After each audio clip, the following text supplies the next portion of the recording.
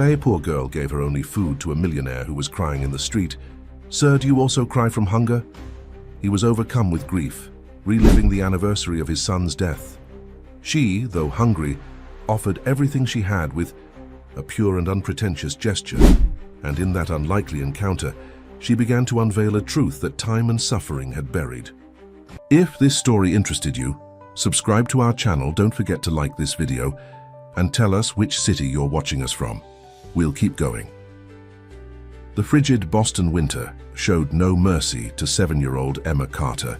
Small and frail, with tangled blonde hair and clothes 3 sizes too big, she scurried through the narrow alleyways of the city's forgotten corners, a seasoned survivor despite her tender age. 3 months had passed since her mother had fallen into a mysterious coma, leaving Emma to escape the overcrowded foster home where they'd placed her. The system had failed her, but her spirit remained unbroken. Emma's day began like any other. A search for food and recyclables that might earn her a few coins.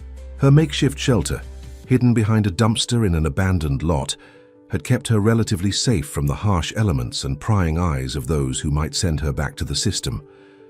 She was small for her age, but her eyes, large, expressive, and startlingly blue, carried a wisdom far beyond her years. Just one more day, she whispered to herself, a daily ritual that somehow kept her going. Her breath formed small clouds in the bitter January air as she pulled her threadbare coat tighter around her thin frame. Across town, in the penthouse suite of a luxurious high-rise overlooking Boston Harbor, Nathan Blackwell stared blankly at his reflection in the bathroom mirror. At 42, he had everything money could buy. CEO of Blackwell Industries, a technology empire valued at billions, with properties scattered across the globe, and his name featured regularly in Fortune magazine. His sharp features, perfectly tailored suits, and confident demeanor had earned him a reputation as one of Boston's most eligible bachelors. But today, none of that mattered. January 15th marked exactly 1 year since the worst day of his life, the day his son disappeared. Thomas had been only 6 when he vanished during a family vacation in Europe. Despite extensive searches, international investigations, and millions spent on private detectives, no trace of him had ever been found. Nathan's phone buzzed insistently on the marble countertop. It was Diana, his executive assistant. "Nathan, the Morgan merger meeting starts in 90 minutes. The board members are already gathering. This is the deal that could double our market value overnight." "I'll be there," he replied mechanically, ending the call before she could hear the tremor in his voice. As he reached for his phone charger, he noticed the battery had died overnight. Perfect, just perfect. Nothing was going right today. He plugged it in and went to prepare, his movements automatic, his mind elsewhere. The drive to Blackwell Tower normally took 20 minutes, but a massive accident on the main highway forced Nathan to detour. His GPS rerouted him through an unfamiliar part of the city, old industrial areas slowly being reclaimed by developers, but still rough around the edges. "Just what I needed," he muttered, checking his watch nervously. Then, with a sputter and a series of alarming noises, his Aston Martin, a vehicle worth more than most people's homes, simply died. Right there, on a deserted stretch of road with no service stations in sight. Nathan turned the key repeatedly, but the engine wouldn't catch. No, no, no, he slammed his hands against the steering wheel. His phone was at 10% battery, barely enough to make a call. But who would he call? His regular driver was off today, and any roadside assistance would take at least an hour to reach this part of town. The merger meeting was in 45 minutes, and it was the most important deal of his career. There was only one option. Nathan grabbed his briefcase, locked the car, and began walking. According to his phone's map, if he cut through several side streets and alleys, he could reach the financial district in about 30 minutes. Barely enough time if he hurried. The Say. Wealthy businessman looked completely out of place in this neighborhood, his Italian leather shoes clicking against cracked concrete, his cashmere coat drawing curious glances from the few people on the street. But Nathan didn't care how he looked. For the first time in months, the crushing weight of his son's absence overtook his professional concerns. As he turned down a narrow alley that promised to shave 5 minutes off his journey, the emotions he'd been suppressing all morning finally broke through. Fell alone in this dirty passageway, with no one to witness his moment of weakness. Nathan Blackwell, the titan of industry, the man Forbes had called steel wrapped in silk, began to cry. Silent tears at first, then deep, wrenching sobs that bent him double, forcing him to lean against the graffiti-covered wall for support. He wasn't crying about the car or the meeting. He was crying for Thomas, for his bright eyes and gap-toothed smile, for his infectious laugh and endless questions, for the birthdays that would never be celebrated, the graduations he would never attend, the lifetime of moments stolen from them both. Emma had been watching the strange man since he entered her territory. People in expensive clothes rarely came to this part of town, and when they did, it usually meant trouble. Developers planning to tear down more buildings, police looking to clear out homeless encampments, or social workers searching for runaway children. She had learned to be cautious. But this man was different. He wasn't looking around predatorily or taking notes on a clipboard. He was crying, really crying, like something had broken inside him. Emma knew that kind of crying. She had done plenty of it herself in the months since her mother fell ill. The kind that came from somewhere deep and hurt your chest and didn't care who saw or heard. In her pocket was half a stale bread roll, the only food she had managed to salvage that morning from behind the bakery 3 blocks over. She had been saving it for later, knowing it might be all she would eat today. Her stomach growled in protest, but she had made her decision. Cautiously, she approached the crying man. He didn't notice her at first, lost in his grief. Emma stood, quietly, just a few feet away, waiting to be acknowledged. When he finally looked up and saw her, surprise momentarily replaced his sorrow. "Mister," she said softly, extending her small hand with the bread roll resting on her palm. Her fingernails were dirty, her skin chapped from the cold. "Are you crying because you're hungry too?" Nathan stared at the child before him, this tiny, bedraggled girl offering him her food when she clearly had so little herself. The simple gesture of kindness, so unexpected and pure, momentarily robbed him of speech. "No, I'm not hungry," he finally managed, his voice hoarse. "But thank you. That's very kind of you." Emma didn't withdraw her hand. "You can have it anyway. Sometimes people cry for other reasons, but food still helps." Nathan felt something shift inside him, a small crack in the wall of grief and isolation he had built around himself. Here was this child who clearly had nothing, offering him everything she had. "What's your name?" he asked, carefully wiping his eyes with his monogrammed handkerchief. "Emma," she replied simply. "Emma Carter. I'm Nathan Blackwell." He glanced at his watch and reality came crashing back. "Emma, I'm actually lost. I need to get to the financial district for a very important meeting, and my car broke down." Emma's face brightened. "I know a shortcut. It's through some small streets that most people don't know about. I can show you." Nathan hesitated. Following a child through unknown alleys seemed questionable at best. But time was running out, and there was something about Emma, a resilience and intelligence in her eyes, that made him trust her. "If you can help me get there in 30 minutes, I'll buy you a proper meal afterward. The best lunch in Boston." "How does that sound?" Emma's eyes widened at the prospect, but she tried to maintain her composure. "I know the way, follow me." And so the unlikely pair set off through the labyrinthine back streets of Boston, the billionaire CEO and the homeless child, bound together by a moment of shared humanity in an otherwise indifferent world. Emma moved with surprising agility through the urban maze, her small form slipping through narrow passages between buildings and leading Nathan down shortcuts that weren't on any map. Despite her size and apparent fragility, she navigated the city with confidence, occasionally glancing back to ensure the tall businessman was keeping pace. "How do you know these routes so well?" Nathan asked, ducking under a low-hanging fire. "Scape." Emma shrugged without breaking stride. "I watch people and I remember things. She didn't elaborate on how necessity had made her memorize every possible path through these streets, routes to find food, to avoid trouble, to escape the authorities who might send her back to foster care. Nathan checked his watch again. They were making good time, better than he had expected. "Do you live around here?" he asked, trying to make conversation while catching his breath. Emma hesitated, her pace faltering slightly. "I stay nearby," she answered vaguely. The careful choice of words wasn't lost on Nathan. This child wasn't simply wandering the streets, she was surviving on them. The realization made his chest tighten. He thought of Thomas, who had never wanted for anything. The best schools, private tutors, exotic vacations, rooms full of toys. And here was this little girl, offering her only food to a stranger, living with such profound deprivation. As they turned onto a wider street, Emma pointed ahead. "See that tall building with the pointy top? That's the edge of the financial district. Your building is probably just a few blocks from there." Nathan was impressed. "You're right. Blackwell Tower is just beyond that." "How did you know?"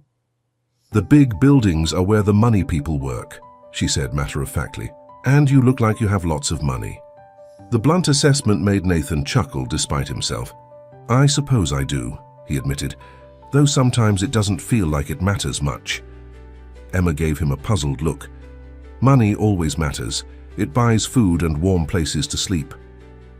The simple truth of her statement sobered him instantly.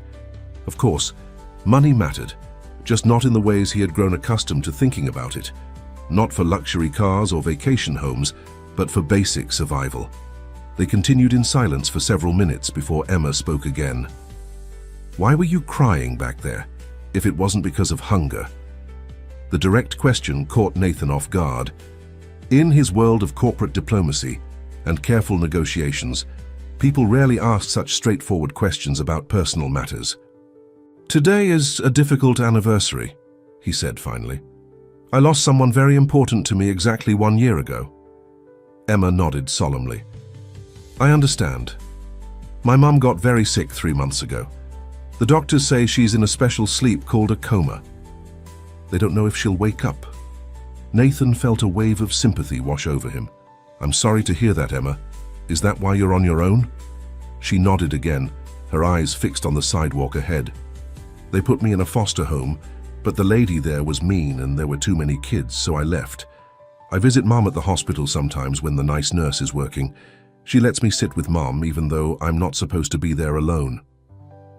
Each revelation about Emma's life struck Nathan like a physical blow. How could a child be left to fend for herself like this? Where was her father? Other family members? How had the system failed her so completely? "What about your father?" he asked gently. "Never had one," Emma replied with the same matter-of-fact tone she used to discuss money or directions. "Mum said he didn't know about me, that he was a good man who would have stayed if he'd known, but something happened to keep them apart." Before Nathan could respond, Emma pointed ahead. "There, that's your building, right? The one with your name on it." Sure enough, Blackwell Tower loomed before them, a sleek spire of glass and steel dominating the skyline, the company logo prominently displayed at the entrance. They had made it with 15 minutes to spare. "Emma, you're amazing," Nathan said, genuine gratitude in his voice. "You've saved me from a professional disaster today." The girl shrugged, uncomfortable with the praise. "It was just walking." "No, it was much more than that." Nathan knelt down to her level, heedless of his expensive suit touching the dirty sidewalk. "You helped a stranger when you had no reason to. That's rare and special." Emma looked away, embarrassed. Nathan noticed she was shivering slightly in her threadbare coat. The temperature had dropped even further, and dark clouds threatened snow. "Listen, I have to go into this meeting now, but I meant what I said about lunch. Would you like to wait in the lobby? It's warm in there, and I shouldn't be more than an hour." Hope flickered across Emma's face before caution reasserted itself. "Are you sure it's okay? Fancy places don't usually let me stay. This is my building, Emma. No one will bother you, I promise." Nathan straightened up and reached for her hand without thinking. To his surprise, she took it, her small, cold fingers wrapping around his much larger ones with tentative trust. As in, They approached the grand entrance of Blackwell Tower. Nathan felt a protective instinct he hadn't experienced since Thomas disappeared. This child needed help, and he was in a position to provide it. Perhaps this chance encounter was meant to be a small opportunity to do some good in the world on this painful anniversary.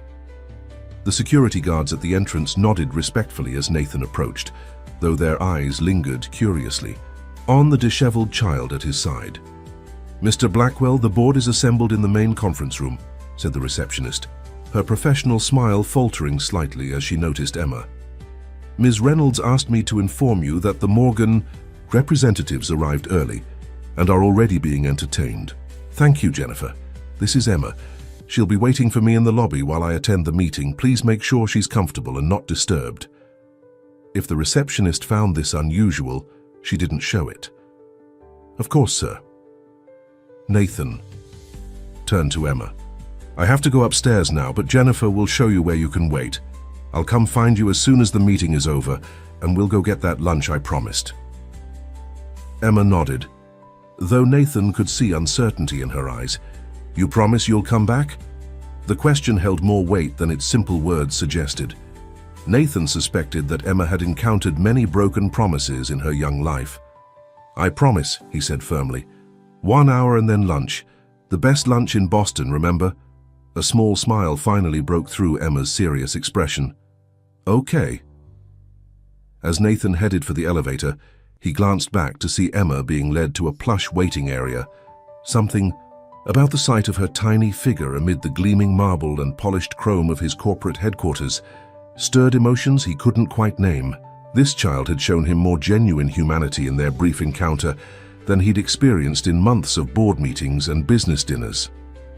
The elevator doors closed, whisking him upward to the top floor where the future of his company would be decided. But for the first time in a year, Nathan Blackwell's thoughts weren't solely focused on business. Instead, they kept returning to a pair of wise blue eyes and the offer of a piece of bread when he needed kindness more than food. The lobby below, Emma sat perched on the edge of a leather sofa that probably cost more than most people's monthly rent. Her feet didn't reach the floor, and she kept her hands folded carefully in her lap, afraid to touch anything. The warmth of the building was a luxury she hadn't experienced in weeks, and she fought the urge to close her eyes and give in to the comfort. Jennifer, the receptionist, brought her a glass of water and a corporate magazine, which Emma accepted politely. But her eyes kept drifting to the elevator banks, watching the numbers change, wondering if Nathan would really return as promised, or if this was just another disappointment in a life that had already seen too many. Upstairs, Nathan entered the boardroom to find 15 expectant faces turned toward him. Among them was his mother, Victoria Blackwell. Elegant, poised, and formidable at 70. As the founder's widow and major shareholder, she still wielded considerable influence over the company, despite her son's official leadership role.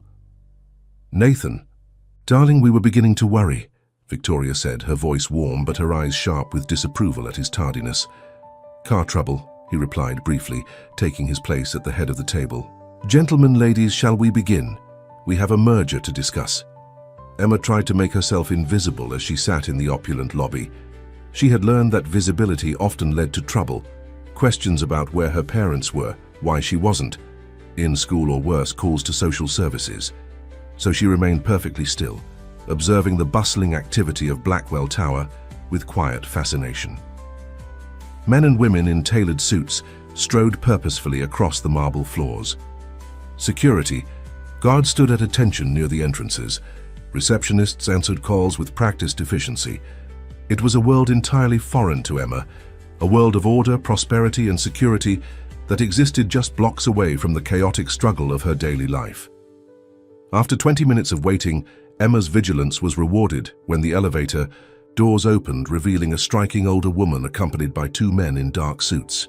Unlike the other business people Emma had observed, this woman commanded immediate attention. Her silver hair was styled in an elegant bob, her posture impeccable, her designer outfit immaculate. She carried herself with the absolute certainty of someone accustomed to being obeyed. Emma instinctively shrank further into the sofa, recognizing the aura of authority that surrounded the woman. This was someone who could cause trouble. Victoria, the quarterly reports indicate that the key Asian markets are exceeding projections, one of the men was saying as they crossed the lobby. Excellent. We'll discuss expansion at next month's strategy meeting, the woman replied. For now, let's focus on ensuring the Morgan merger proceeds without... Victoria Blackwell stopped abruptly, her sharp eyes having caught sight of Emma. Her gaze traveled from the child's tangled hair to her worn shoes, taking in every detail of her disheveled appearance.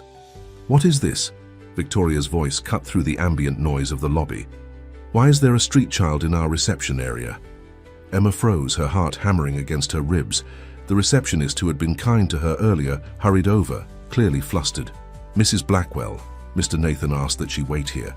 He said, I don't care what my son said, Victoria interrupted coldly. This is a corporate headquarters, not a homeless shelter. Remove her immediately. But ma'am, Mr. Blackwell specifically instructed.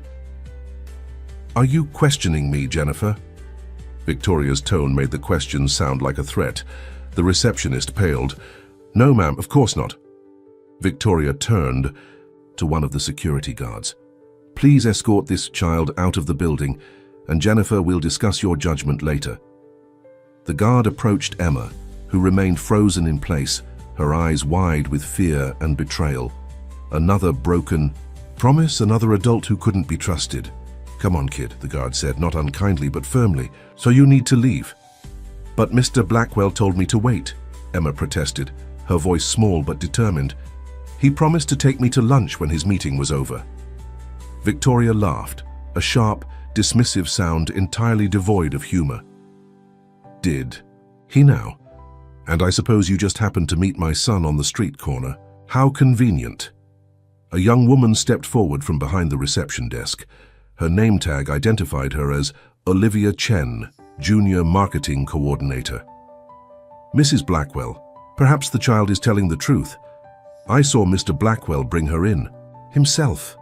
Maybe we should call up to the conference room and confirm. Ms. Chen, isn't it? Victoria's voice was dangerously soft. Are you new here? Olivia straightened her shoulders. I've been with Blackwell Industries for 8 months, ma'am. Then allow me to explain how things work. This company maintains certain standards. We don't allow just anyone to loiter in our lobby, especially not individuals who might make our clients uncomfortable. Victoria's gaze flicked dismissively over Emma. And we certainly don't question the judgment of the company's founder and largest shareholder. With respect, Mrs. Blackwell, I'm not questioning your judgment. I'm suggesting we verify Mr. Nathan's instructions before.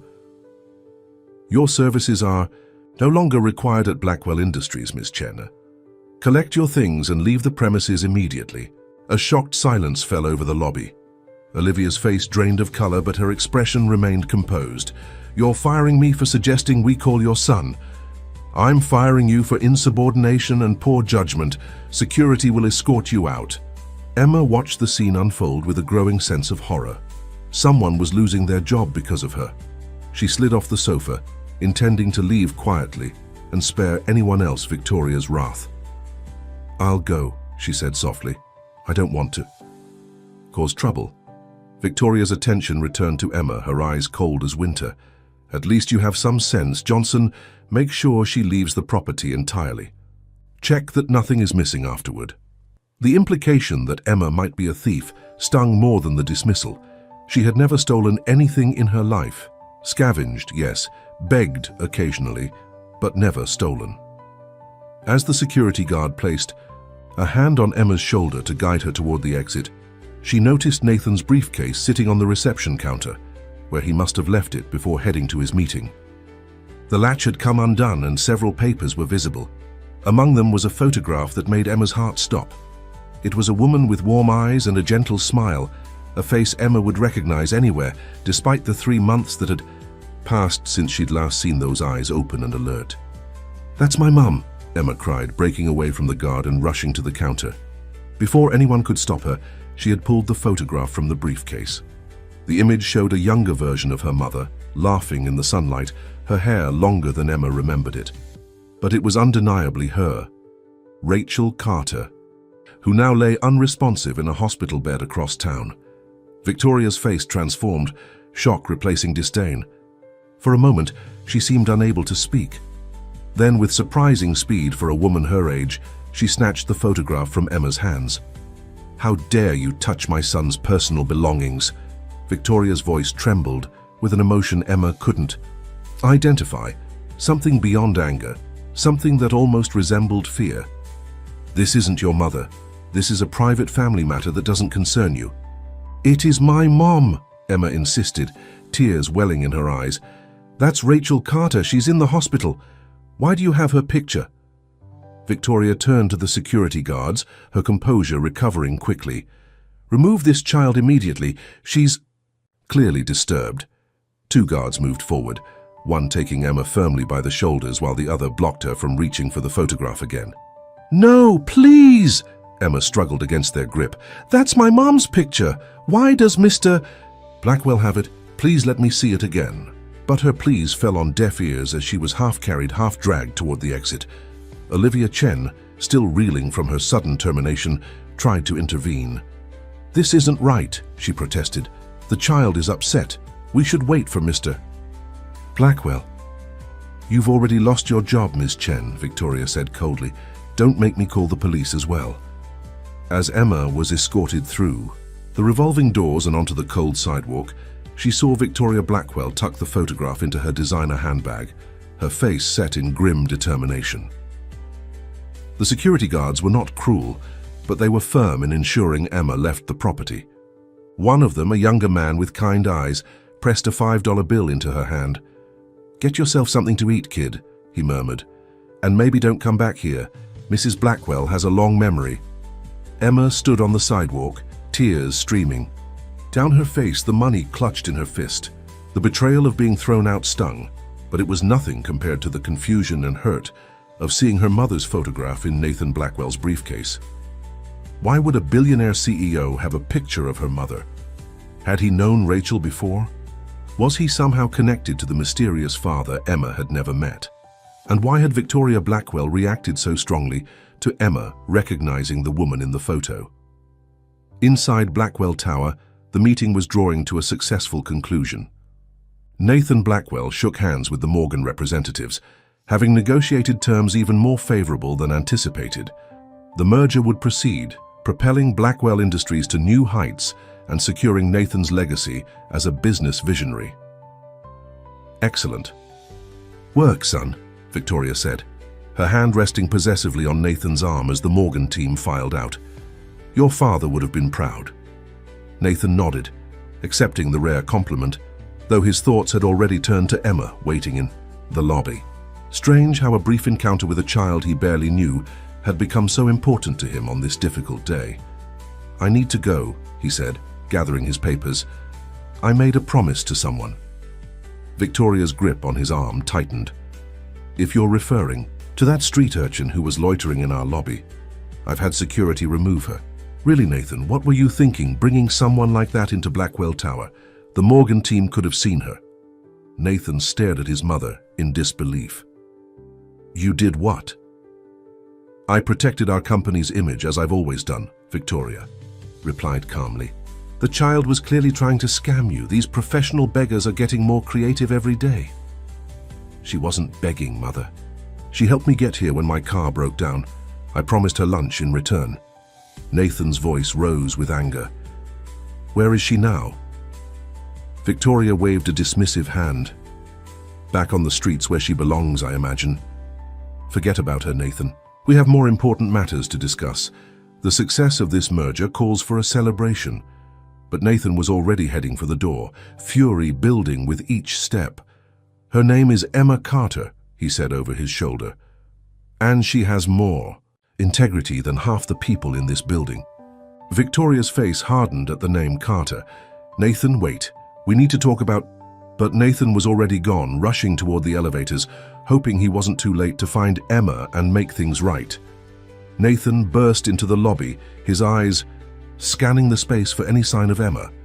Finding only curious stares from employees, he approached the reception desk where Jennifer stood nervously, clearly anticipating his reaction. "Where is she?"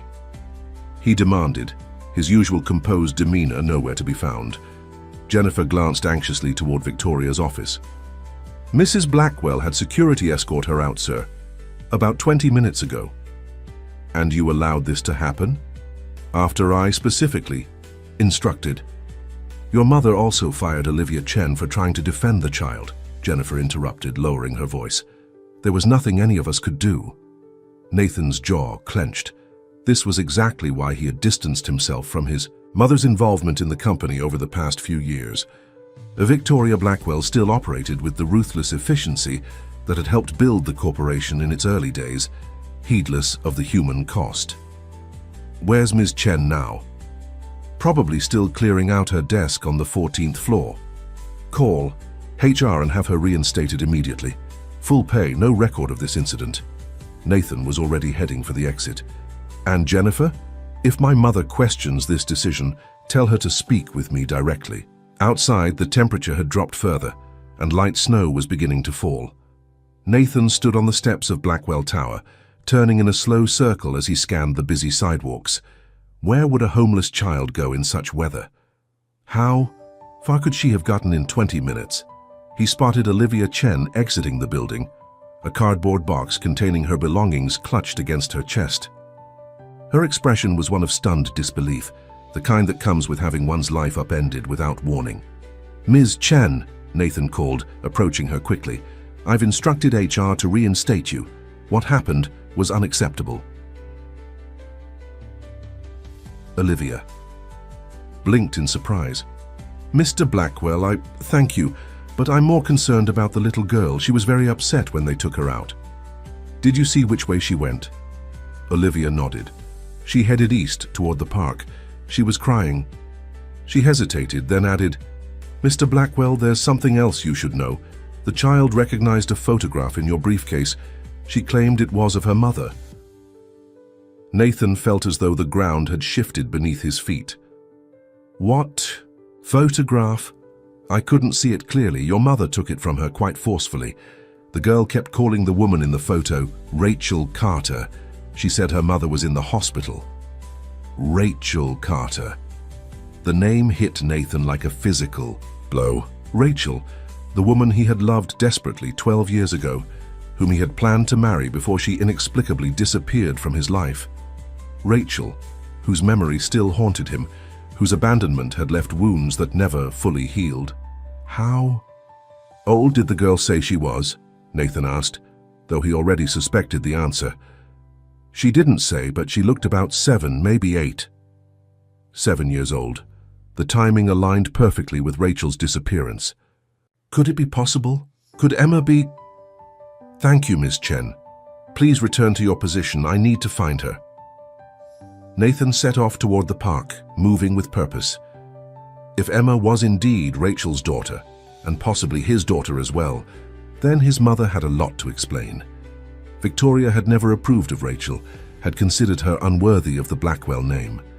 But to potentially separate them, to hide the existence of his own child, the implications were staggering, but Nathan pushed them aside. Finding Emma was his priority. Everything else could wait. The small urban park was nearly deserted due to the weather, making it easier to spot the lone child huddled on a bench near the frozen fountain. Emma sat with her knees drawn up to her chest, her thin coat providing little protection against the snow that now fell steadily around her. Nathan approached slowly, not wanting to frighten her. "Emma." She looked up, her expression hardening, when she recognized him. "You lied," she said simply, "just like everyone else." The accusation stung because it was partially true.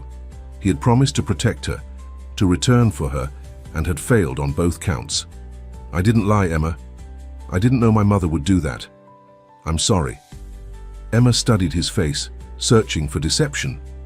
Whatever she saw must have satisfied her, because some of the tension left her small body. "Why do you have a picture of my mum?" Nathan sat beside her on the bench, maintaining a respectful distance. "I knew your mother a long time ago. We were very close." He paused, choosing his words carefully. "Emma, is your mother's name Rachel Carter?" She nodded, surprise evident in her eyes. She's at Massachusetts General Hospital. She's been asleep for 3 months. The doctors call it a coma. Nathan felt a wave of conflicting emotions. Shock that Rachel was here in Boston all this time, grief that she was ill, and a desperate need to see her. What happened to her? She got really sick one day. She had a headache and then she fell down and wouldn't wake up. The doctors say something burst in her brain. They did surgery, but she still didn't wake up. Emma's voice was small but steady, reciting the facts with the direct simplicity of a child. "And you've been on your own since then?" Nathan asked, his heart breaking for this child, possibly his child, who had endured so much. Emma nodded again. "The foster lady was mean. She hit kids and didn't give us enough food, so I left. I know how to take care of myself." The matter-of-fact courage in her statement made Nathan's throat tighten. "You shouldn't have to take care of yourself, Emma. You're just a child," she shrugged. "Lots of kids have it worse." Nathan took a deep breath. "Emma, I'd like to help you if you'll let me, and I'd like to visit your mother. Would that be okay?" Suspicion returned to her eyes. "Why? Why do you care about us?" The question deserved honesty. "Because I loved your mother very much once, and because—" Nathan hesitated, then decided that speculation without confirmation would only confuse her. "Because no child should be alone on the streets, especially not one as brave and kind as you." Emma considered this for a long moment, shivering as the snow fell more heavily around them. Finally, she nodded. "Okay. But I'm still mad that your mom took Mom's picture." "So am I," Nathan assured her, "and I promise you we'll get it back." He stood and extended his hand. "First, let's get you somewhere warm, and I still owe you that lunch, don't I?" Emma looked at his outstretched hand, then placed her small, cold fingers in his. "The best lunch in Boston," she reminded him, solemnly. "Absolutely, but first, I think we need to get you some warmer clothes. Would that be all right?" Emma's eyes widened slightly. "New clothes? Really? Really? And then lunch? And then we'll go see your mom together. How does that sound?" For the first time since their meeting that morning, a genuine smile transformed Emma's face, revealing a dimple in her left cheek that was achingly familiar. Nathan had seen that same dimple in Rachel's smile countless times. "That sounds good," Emma said, her voice suddenly shy. They walked hand in hand through the snow, toward a future neither could have imagined when they woke that morning. Nathan felt a strange sense of rightness, as though pieces of a puzzle were finally falling into place. There were still many questions to be answered, difficult conversations to be had, but for now it was enough to have found Emma, this remarkable child who had offered him kindness when he needed it most. Their first stop was an upscale children's boutique just a few blocks from the park. The saleswoman's eyes widened slightly at the sight of Nathan Blackwell, whose face occasionally appeared in the business section of newspapers, accompanied by a clearly homeless child, but she was professional enough to hide her surprise quickly. "We need a complete winter wardrobe for Miss Emma," Nathan explained. "Coat, boots, everything." While the saleswoman gathered items, Nathan knelt beside Emma. "Pick anything you like, don't worry about the cost." Emma wandered through the store, touching fabrics with wonder, clearly overwhelmed by the choices. Eventually, she selected a practical blue coat with a fur-lined hood, sturdy boots, warm leggings, and a red sweater dress. When she emerged from the fitting room in her new outfit, she looked like a different child, still thin, still solemn-eyed, but no longer marked by visible poverty. The store owner, recognizing an opportunity for extraordinary customer service, offered the use of their employee bathroom so Emma could wash up properly. When she returned, face scrubbed clean, hair combed with a new brush, Nathan was struck by her transformation. Without the dirt and tangles, Emma's resemblance to Rachel was even more pronounced. The same heart-shaped face, the same determined chin. And there was something else, something he hadn't noticed before. Emma's eyes, though blue like Rachel's, had the distinctive Blackwell shape, slightly upturned at the corners just like his own, just like his father's. "You look very nice," he told her, emotion making his voice rougher than intended. Emma glanced down at her new clothes, running a hand over the soft fabric of her coat. "Thank you," she whispered, clearly unused to such kindness. As they left the store, bags of additional clothing in hand, Nathan directed them toward Bertolini's, an elegant Italian restaurant nearby. He had promised Emma the best lunch in Boston, and he intended to deliver. The maitre d' recognized Nathan immediately, ushering them to a private table by the window, despite their lack of reservations. Emma sat stiffly in the plush chair, clearly intimidated by the fancy surroundings and watchful of the other diners' reactions to her presence. "You can order anything you like," Nathan told her, opening the menu. "What's your favorite food?" Emma hesitated. "I like spaghetti," she admitted. "Mom used to make it on special days." The mention of Rachel sent another pang through Nathan's heart. "Spaghetti it is. Bertolini's makes the best in the city." As they waited for their food, Nathan gently asked Emma more about her life with Rachel, trying to piece together the past 12 years. Each detail was precious, filling in a blank space in a story he hadn't known was his to read. "Emma," he said finally, when their pasta had arrived and Emma was carefully twirling spaghetti around her fork, "there's something I need to ask you. Did your mother ever mention who your father was?" Emma looked up, sauce smudged adorably on her chin. "She said he was a good man who didn't know about me. She said something kept them apart, but that if he'd known, he would have wanted me." She paused, studying Nathan's face with unexpected perception. "Do you think you're my dad?" The directness of the question, so typical of Emma, made Nathan smile despite the seriousness of the moment. "I think it's possible," he admitted. "Your mother and I were very much in love once. Then suddenly, she was gone, with no explanation. I never knew why until now." "Is that why you were sad today?" Emma asked. "Because of Mom?" Nathan shook his head. "No, I was sad because I thought I'd lost someone else, someone important." He didn't mention Thomas, the fictional son his mother had invented to manipulate him. That conversation could wait. Emma nodded, as though this made perfect sense. "If you are my dad," she said carefully, "would that be okay? Would you want me?" The vulnerability in her question broke something open inside Nathan. "Emma," he said, his voice thick with emotion, "having you as my daughter would be the greatest gift I could ever receive." After lunch, Nathan and Emma made their way to Massachusetts General Hospital. Nathan felt a growing nervousness with each step toward the facility's imposing entrance. After 12 years, he was about to see Rachel again. Not as he had imagined in countless scenarios over the years, but unconscious, vulnerable, fighting for her life.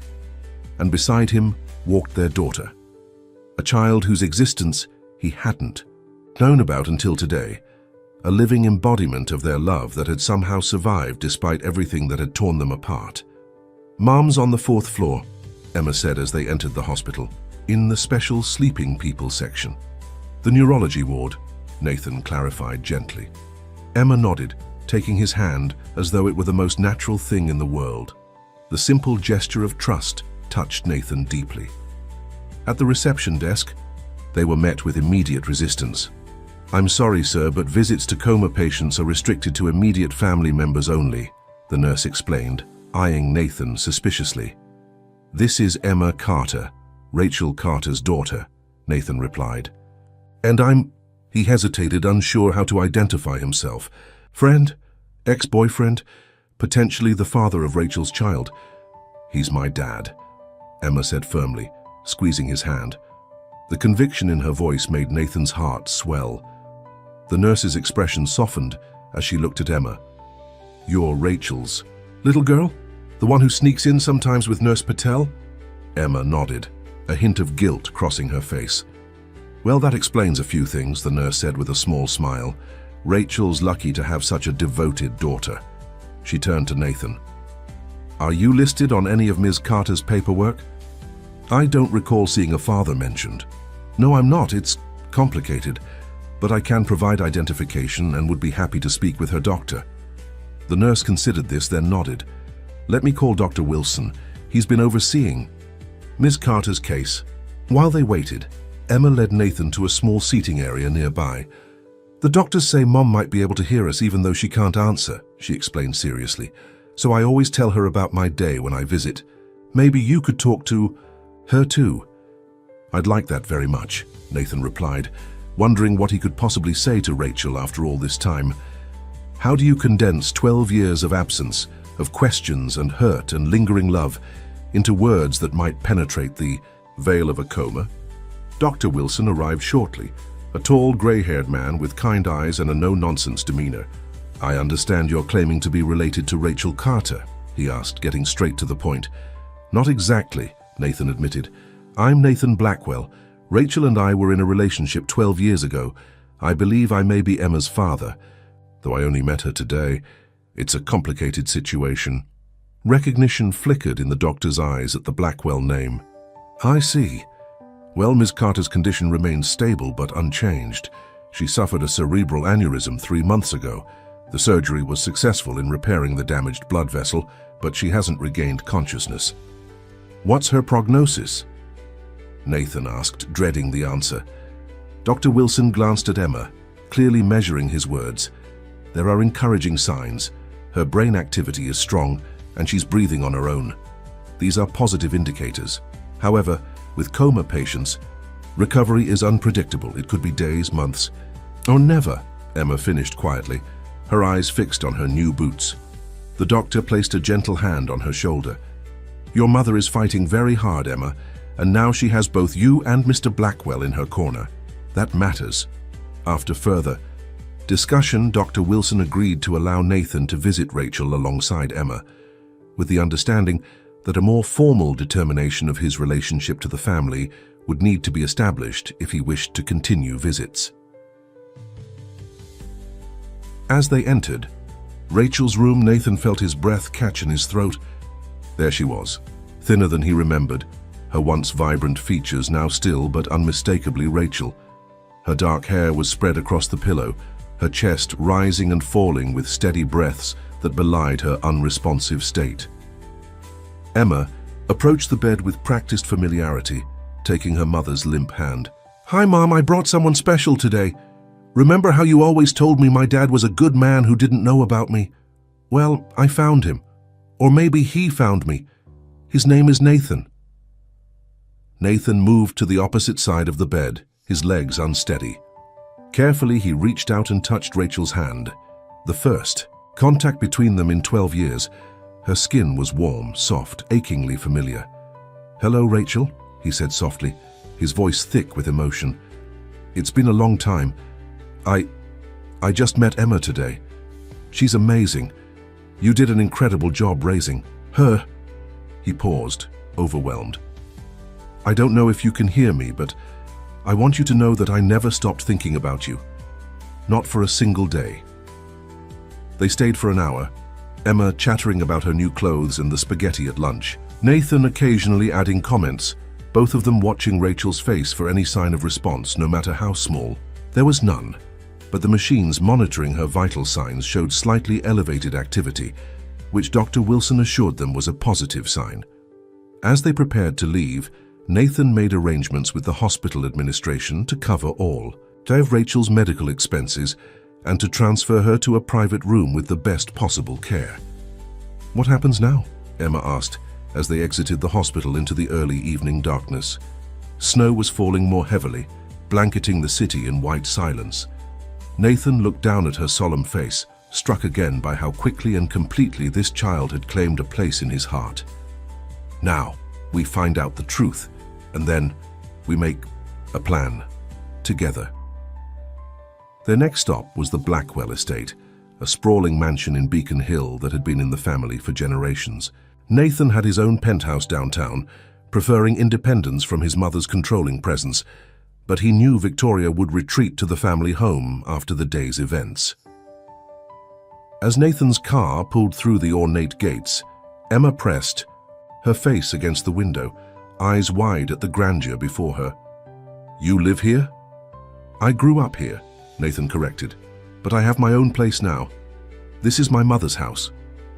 Emma's expression grew wary. The mean lady from your building? Yes. And I think it's time she and I had a very serious conversation. Nathan turned to face Emma. Would you be okay waiting with Mrs. Peterson, our housekeeper? She's very kind and she makes the best hot chocolate in Boston. Though clearly apprehensive, Emma nodded. Are you going to get my mum's picture back? That and much more, Nathan promised. Upon entering the mansion, they were greeted by Mrs. Peterson, a plump, motherly woman who had managed the Blackwell household for decades. If she was surprised by Emma's presence, she hid it well, immediately offering warmth and comfort in the form of hot chocolate and freshly baked cookies in the kitchen, while Nathan confronted his mother in her study. Victoria Blackwell sat behind, an antique desk, a glass of scotch in her hand, her posture as regal and unyielding as ever. She showed no surprise at Nathan's entrance, as though she had been expecting this confrontation all day. I assume you found your little street urchin, she said by way of greeting. Her name is Emma Carter, Nathan replied coldly. She's 7 years old. Her mother is Rachel Carter, who is currently in a coma at Mass General, and I have reason to believe she's my daughter. Victoria's expression remained impassive, but her knuckles whitened around her glass. Don't be ridiculous, Nathan. You have no children. No? Then perhaps you can explain why you've spent the past year having me mourn a son who never existed. Why you fabricated an entire story about Thomas disappearing during our trip to Europe. Why you've manipulated me with a grief that was based on a complete lie. For the first time, Victoria's composure faltered. I did what was necessary to protect you, to protect the family name. From what? From whom? From Rachel, a woman I loved who apparently carried my child. Nathan's voice rose despite his efforts to control it. I want the truth, Mother. All of it. Now. Victoria set down her glass and stood, moving to the window that overlooked the snow-covered gardens. For a long moment she was silent, gathering her thoughts, or perhaps calculating how much to reveal. Rachel Carter was never good enough for you, she finally said, her voice hard. A scholarship student with no family connections, no social standing, she would have ruined your future, dragged down the Blackwell name. That wasn't your decision to make, Nathan countered. I loved her. I wanted to marry her. You were young and foolish. You didn't understand what was at stake. Victoria turned to face him. When she came to me, claiming to be pregnant, I saw it for what it was, a trap, a scheme to secure the Blackwell fortune. Nathan felt as though he'd been struck. She came to you before she disappeared? Victoria nodded. She had the audacity to come to this house to announce that she was carrying your child. I made her an offer, a substantial amount of money to disappear, to terminate the pregnancy, to never contact you again. And she refused, Nathan guessed, knowing Rachel's fierce independence. She did, quite vehemently. A flicker of something like respect crossed Victoria's face. So I was forced to take more decisive action. What did you do? Nathan's voice was dangerously quiet. I told her you were already engaged to Elise Huntington, that you had been seeing her throughout your relationship with Rachel, that the pregnancy was an embarrassment you wanted handled quietly. Victoria's tone was matter-of-fact, as though discussing a business transaction rather than the destruction of lives. You lied to her, made her believe I had betrayed her. Nathan felt sick with the realization of how deeply Rachel must have been hurt, how completely betrayed she must have felt. She left Boston that same day. I had her followed, of course. She moved to Chicago, had the child, worked menial jobs to support herself. Victoria's lip curled in distaste. Apparently, she returned to Boston about a year ago. I was surprised when I recognized her in your briefcase photo today. The photograph you stole from Emma. Nathan held out his hand. I want it back, now. Victoria hesitated, then retrieved her handbag from the desk, removing the worn photograph, and placing it in Nathan's palm. You kept this all these years. You never truly forgot her. No, I didn't.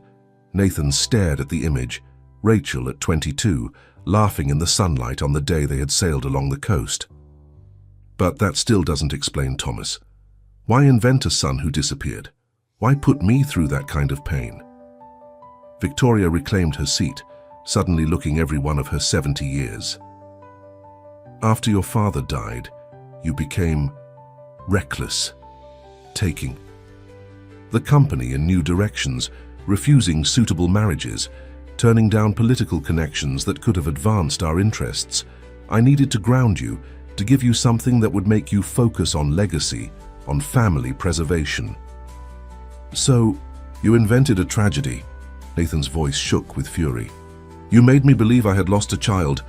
I created a narrative that would make you a more responsible leader, Victoria corrected. And it worked.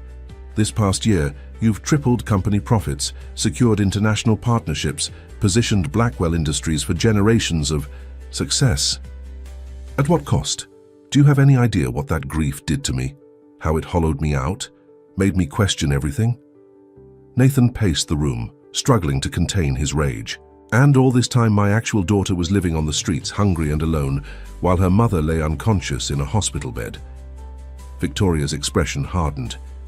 If Rachel had accepted my offer, if you hadn't interfered in my life, in my choices, none of this would have happened. Nathan slammed his fist on the desk, making the crystal decanter jump.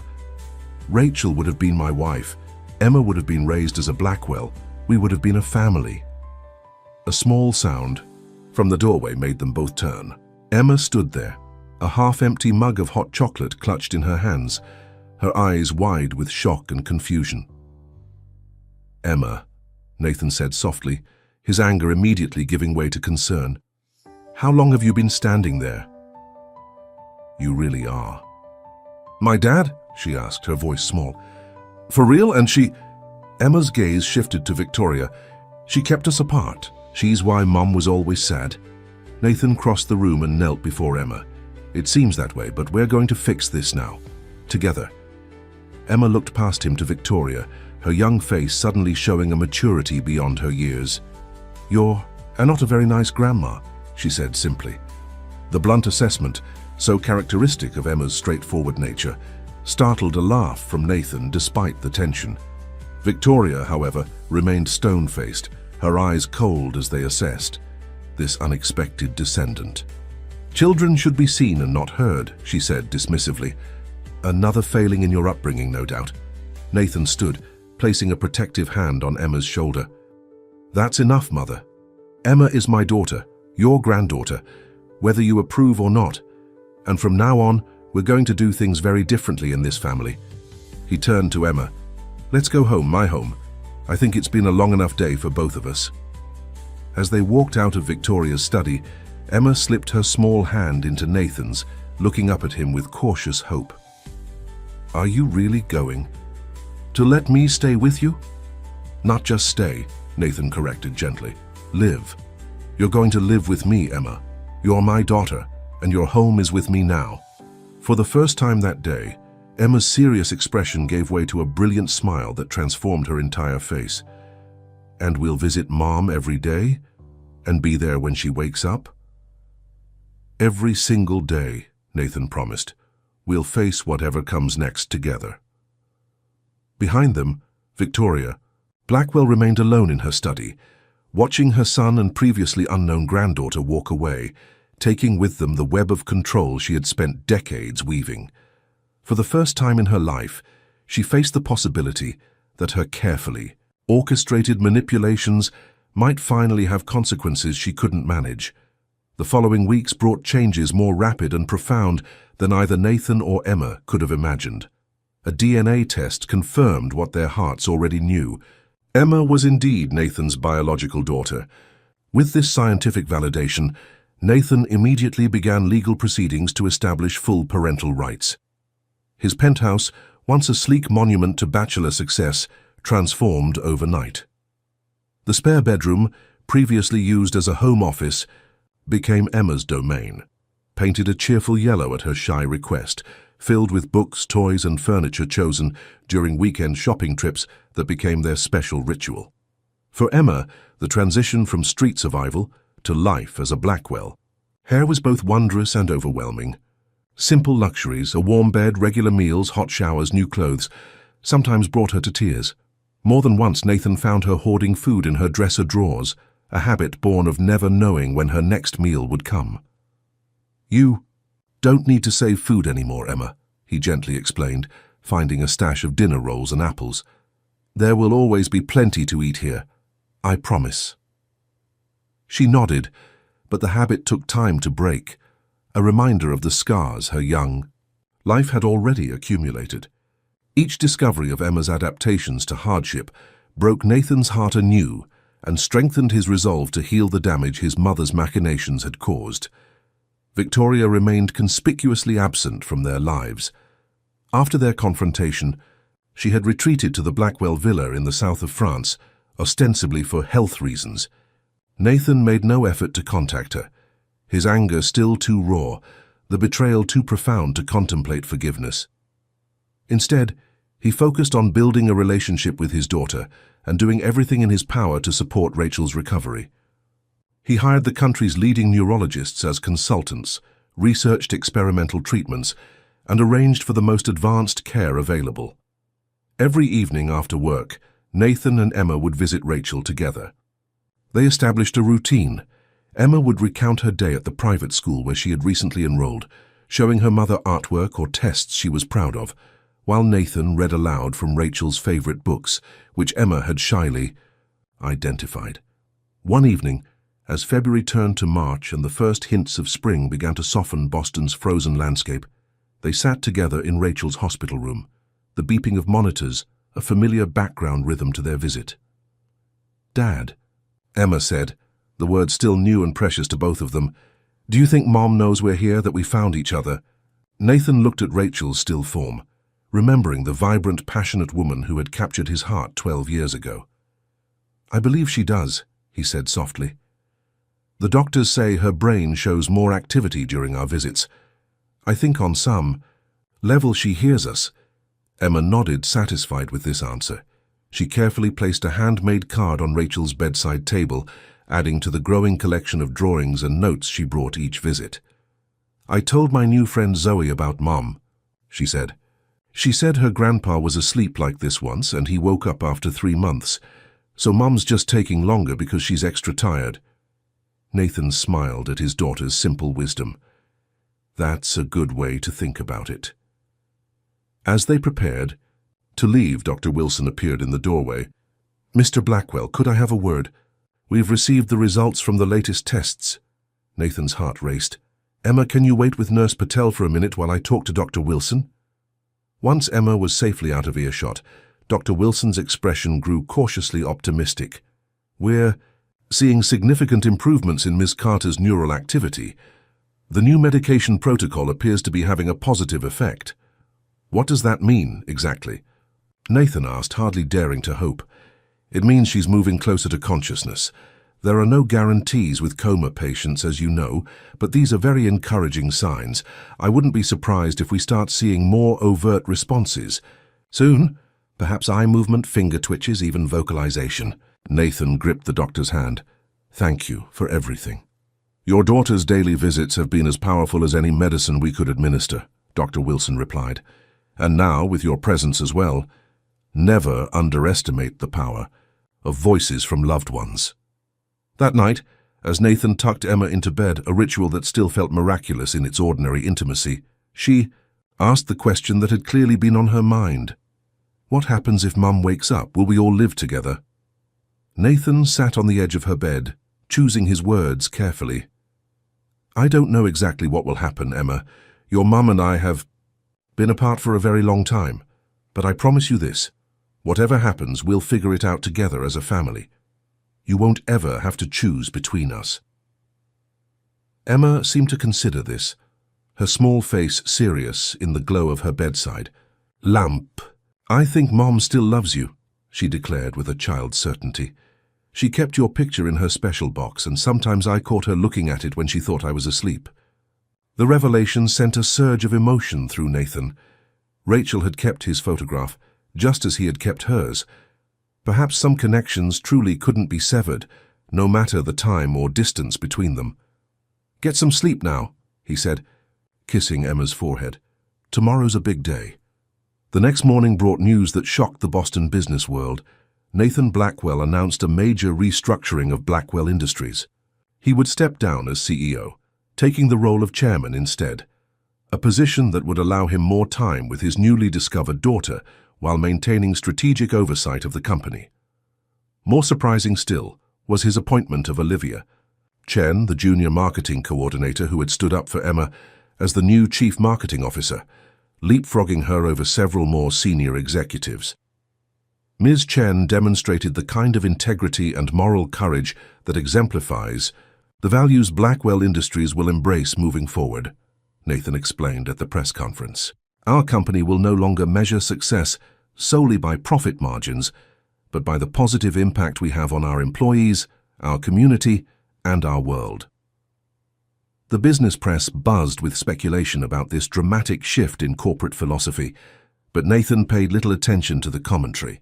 His priorities had undergone a fundamental realignment since the day Emma had offered him her last piece of bread.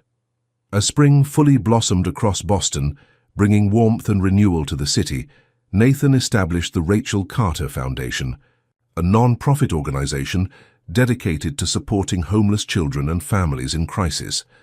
Using his considerable resources and business connections, he created programs providing emergency housing, educational support, and medical care to those who had fallen through society's cracks, as Emma nearly had.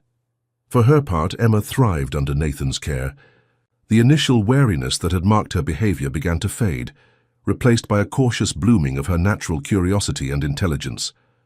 Her teachers reported remarkable progress as she caught up on the education she had missed, and slowly, she began to make friends among her classmates. Yet despite these positive developments, a shadow hung over their newfound happiness. Rachel remained unresponsive, though the doctors continued to report encouraging signs of increased brain activity, until one rainy April afternoon, when everything changed. Nathan and Emma had arrived for their daily visit, shaking off umbrellas and raincoats as they entered Rachel's private room. As always, Emma immediately began chattering to her mother, describing a science project she had completed that day. And then the volcano actually erupted, Mum, with real bubbles and everything. My partner Jake got scared and knocked it over, but Ms. Rivera said ours was still the best in the class. Dad helped me build it, but I did all the painting myself. Nathan stood by the window watching his daughter with a fullness in his heart that still surprised him daily. The sound of steady rain against the glass created a peaceful backdrop to Emma's animated storytelling. Dad says we can go to the aquarium this weekend if it stops raining, Emma continued, holding her mother's limp hand. Remember when we went there on my birthday last year? And that big turtle swam right up to the glass where I was standing.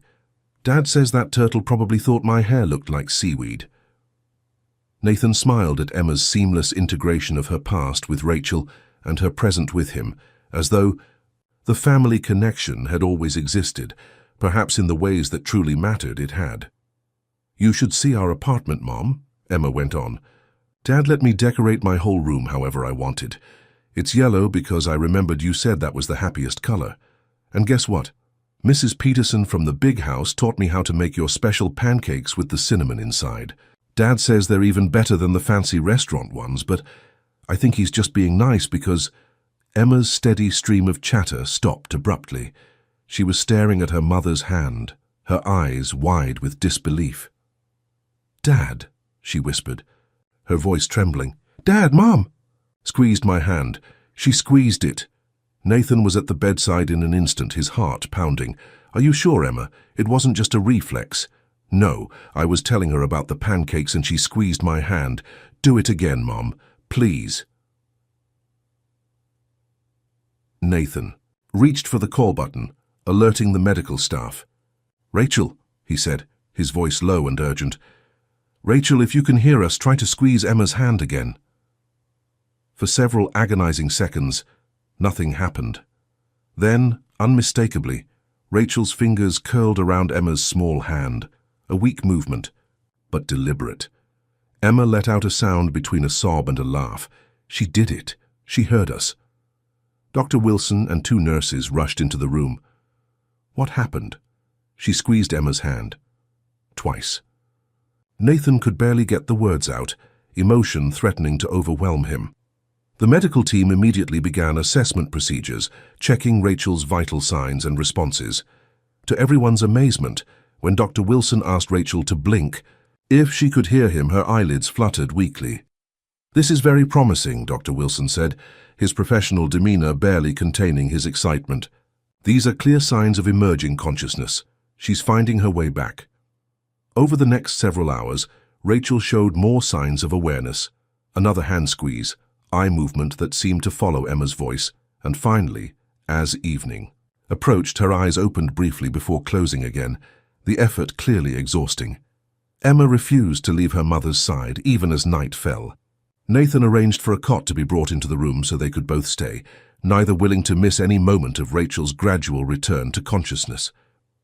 In the quiet darkness of the hospital room, Emma finally fell asleep, curled up on her cot with her hand still stretched out to touch her mother's bed. Nathan sat in the chair between them, keeping vigil, his mind filled with memories of Rachel and hopes for their future. Around midnight, as he was drifting into an exhausted doze, a faint sound brought him instantly alert. "Nate!" The voice was barely a whisper, raspy from months of disuse, but unmistakably Rachel's. Nathan leaned forward, hardly daring to believe what he'd heard. Rachel's eyes were open, disoriented, but aware, focusing on his face with effort. "Nathan?" she whispered. "Again, I'm here," he said, gently taking her hand. "I'm right here, Rachel." Her eyes moved to the sleeping form of their daughter. "Emma," she breathed, a tear sliding down her cheek. "You found her." "She found me, actually," Nathan corrected softly. "She's incredible, Rachel. So brave, so kind. Just like her mother." Rachel's eyes held confusion, questions, but also an overwhelming relief. "How?" "It's a long story," Nathan said, brushing a strand of hair from her face with tender care. "One I'll tell you properly when you're stronger, but the short version is that your daughter offered me her last piece of bread when she saw me crying, and in doing so, she changed everything." Rachel's lips curved in a faint smile, her eyes drifting closed again as exhaustion claimed her, but her fingers remained curled around Nathan's, maintaining the connection they had lost for so long. Nathan sat motionless, watching the two, people who had become his world, his daughter sleeping peacefully and Rachel finally returned from the darkness that had claimed her. Whatever challenges lay ahead, they would face them together. Outside the hospital window, the rain had stopped. The clouds parted to reveal a sky full of stars, countless points of light in the darkness, each one a promise of hope, of possibility, of new beginnings born from the simple act of compassion that had brought them all together. 3 months later, on a perfect summer day, Rachel stood on the balcony of Nathan's penthouse, now their shared home, watching Emma splash in, the rooftop pool with friends from her school. Her recovery had been remarkable, though she still tired easily and required physical therapy to regain her full strength. Nathan joined her at the railing, wrapping an arm around her still thin shoulders. "Penny, for your thoughts," Rachel smiled, leaning into his embrace. "I was just thinking about how impossible this all seems. A year ago, I was working 2 jobs, barely keeping a roof over our heads, then the aneurysm, and now this."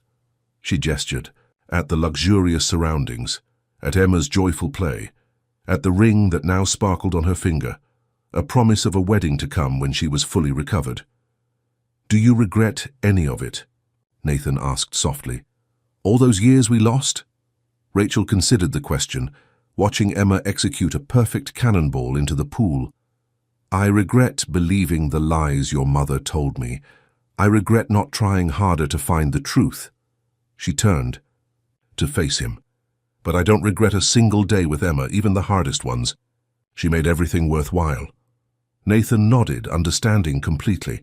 In the months since Rachel's awakening, they had gradually rebuilt their relationship, healing old wounds, learning who they had become in their years apart, and discovering that the core of what had connected them remained unbroken.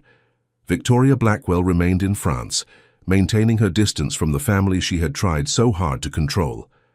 Nathan had not severed ties completely, allowing her occasional video calls with Emma, who approached her newfound grandmother with cautious courtesy, but the damage she had caused would take years, perhaps a lifetime, to fully repair. Emma, Asked me something interesting this morning, Rachel said, changing the subject. She wanted to know if hungry people cry differently than sad people. Nathan smiled, remembering that pivotal moment in the alley. What did you tell her? I told her that hunger and sadness often look the same from the outside, but that the most special people, people like her, can see past appearances to what others really need. From the pool, Emma waved at them, her face alight with the simple joy of being a child with friends, with family, with security. "Mum! Dad! Watch this!" she called, before performing an elaborate underwater handstand, her small legs kicking triumphantly in the air. Nathan and Rachel applauded appreciatively, their hands finding each other and fingers intertwining. Gesture that had become natural again, as though the years of separation had been merely a pause in their shared story, rather than an ending. "She asked me something else too," Rachel added, her expression growing more serious. "She asked if I remembered hearing her talking to me while I was asleep." "Did you?" Nathan asked, curious. The doctors had been divided on how much Rachel might have perceived during her coma. Rachel nodded slowly. "Not everything. But I remember," her voice like a thread I could follow back. "And yours too after a while. You were reading Pride and Prejudice." "Your favorite," Nathan confirmed. "Emma told me. She knows me so well." Rachel's eyes filled with tears. "All those months alone she never gave up on me. And then she found you against impossible odds." "Or I found her," Nathan corrected. "Or perhaps we found each other, exactly when we needed to." Below them, Emma climbed out of the pool, wrapping herself in a fluffy towel emblazoned with the logo of the Rachel Carter Foundation, the charity that had already helped dozens of families escape the cycle of homelessness and poverty that had nearly claimed Emma and Rachel. "What I can't stop thinking about," Rachel said softly, "is how close we came to never finding our way back to each other. If your car hadn't broken down on that particular street, if Emma hadn't been brave enough to approach you, if she hadn't offered me her bread," Nathan finished, "the smallest act of kindness, from the purest heart I've ever known." If sensing she was the subject of their conversation, Emma looked up at them, her wet hair plastered to her head, her smile radiant with the security of knowing she was loved, protected, home at last. "Mom. Dad, are you coming swimming? The water's perfect." Rachel and Nathan exchanged a glance, communicating in the shorthand of partners who, despite everything that had separated them, still read each other effortlessly. "Race you to the pool," Nathan challenged, already moving toward the stairs. Rachel laughed, a sound that still delighted him every time he heard it, and followed, their hands still linked, stepping together into the bright afternoon sun and the future that awaited them. A future, built not on wealth or power or status, but on compassion, on forgiveness, on the simple world-changing question of a child